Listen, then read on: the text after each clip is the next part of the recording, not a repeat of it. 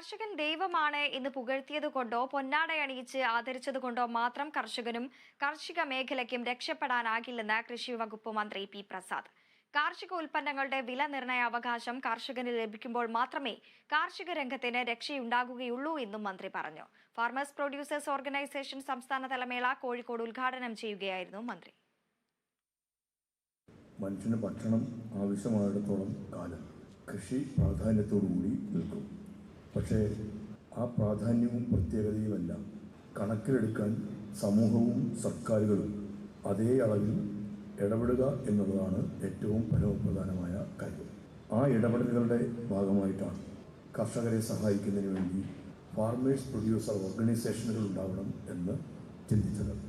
ആ FPOകളുടെ എല്ലാം പ്രവർത്തന പദത്തിൽ നന്നായി നിലയുറപ്പിക്കുന്നതിനും അവരെ മെച്ചപ്പെട്ട അവസ്ഥയിലേക്ക് കൊണ്ടുവരുന്നതിനും ഉപകരിക്കുന്ന തരത്തിലാണ് 10K FPO മേള സംഘടിപ്പിക്കാൻ തീരുമാനിച്ചത്.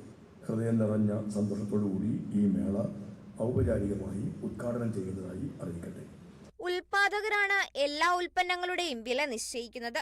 എന്നാൽ കാർഷിക ഉൽപ്പന്നങ്ങളുടെ വില നിശ്ചയിക്കാൻ അത് ഉൽപ്പാദിപ്പിക്കുന്ന കർഷകന് മാത്രം അവകാശമില്ല. ചിങ്ങം 1 കർഷകൻ ദൈവമാണെന്ന് പറഞ്ഞ് നാടുനീളെ അവനെ പൊന്നാടയണിയിക്കും. പക്ഷേ കർഷകന് സ്വന്തം ഉൽപ്പന്നത്തിന്റെ വില നിർണ്ണയിക്കാനുള്ള അവകാശം ലഭ്യമാക്കുകയാണ് വേണ്ടതെന്ന് മന്ത്രി പി പ്രസാദ് പറഞ്ഞു. കർഷകന് മാത്രം സ്വന്തം ഉൽപ്പന്നത്തിന്റെ വില നിശ്ചയിക്കാനുള്ള അവകാശം ഇല്ല. അതുതന്നെയാണ് കർഷകൻ നേരിടുന്ന എല്ലാ കാലത്തെയും ഏറ്റവും വലിയ പ്രതിസന്ധിയും ബുദ്ധിമുട്ടും. ഞാൻ നെല്ല് ഉൽപ്പാദിപ്പിച്ചാൽ ആ നെല്ലിൻ്റെ വില ഞാനല്ല നിശ്ചയിക്കുന്നത്, വേറെ ആരോ നിശ്ചയിക്കുന്നു. വിപണിയാണ് അത് നിശ്ചയിക്കുന്നത്. ആ വിലയ്ക്ക് കൊടുക്കാൻ ഞാൻ നിർബന്ധിതനാവുകയാണ്.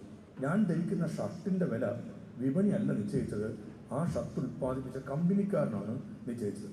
ഞാൻ ഉപയോഗിക്കുന്ന ചെരുപ്പിൻ്റെ വില ഞാനല്ല നിശ്ചയിച്ചത്, അത് ഉൽപ്പാദിപ്പിച്ച കമ്പനിയാണെങ്കിൽ ആ ഉൽപ്പാദകനാണ് നിശ്ചയിച്ചത്. പക്ഷേ ദൗർഭാഗ്യവശാൽ കൃഷിക്കാരന് മാത്രം ആ അവകാശമില്ല. മൂല്യവർദ്ധിത ഉൽപ്പന്നങ്ങൾ ഉണ്ടാക്കിയാൽ മാത്രമേ കർഷകന് മെച്ചമുണ്ടാക്കാൻ കഴിയുകയുള്ളൂ എന്നും മന്ത്രി കൂട്ടിച്ചേർത്തു. തോട്ടത്തിൽ രവീന്ദ്രൻ MLA അധ്യക്ഷത വഹിച്ചു. കേന്ദ്ര സർക്കാർ നടപ്പിലാക്കുന്ന 10,000 FPO പദ്ധതിക്ക് കീഴിൽ സ്ഥാപിതമായ FPOകളുടെ സുസ്ഥിരതയും പ്രവർത്തനക്ഷമതയും ഉറപ്പാക്കുന്നതിനുള്ള സുപ്രധാന ചുവടുവെപ്പാണ് ഈ മേള. ചെറുകിട കർഷകർ, കർഷക കൂട്ടായ്മകൾ, FPOകൾ എന്നിവരുടെ ഉൽപ്പന്നങ്ങളുടെ പ്രദർശനവും വിൽപ്പനയും ഉൾപ്പെടുത്തി 3 ദിവസങ്ങളിലായാണ് മേള നടക്കുന്നത്.